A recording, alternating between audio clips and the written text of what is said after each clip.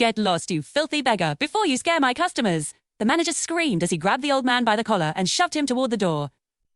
The old man's hands were shaking as he whispered, "Sorry to bother you," while someone in the corner laughed and lifted their phone to record the humiliation. It was a brutal scene. Let me tell you how that moment led to something that changed a young woman's life forever.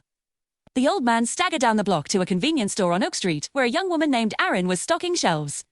And when another clerk tried to kick him out, Aaron stepped in immediately. She told her boss to take the cost out of her paycheck, because she was Yunting going to let a human being starve on her watch.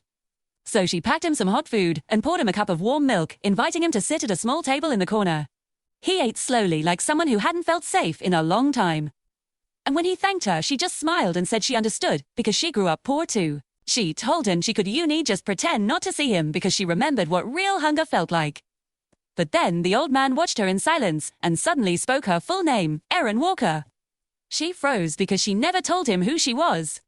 But he smiled and said he saw her crying behind the school years ago when kids made fun of her worn-out shoes. He told her he saw her mother sharing their only food with a neighbor and he heard every prayer.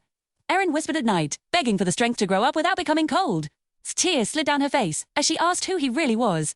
And in that moment, the lights in the store grew brighter and his torn clothes looked like they were being swallowed by a soft, radiant light. Standing in front of her was no longer a beggar, but a lord clothed in glory.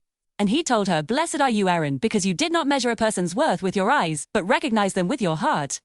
The next second, the light faded and he was gone, leaving just an empty chair and a plate of still steaming food.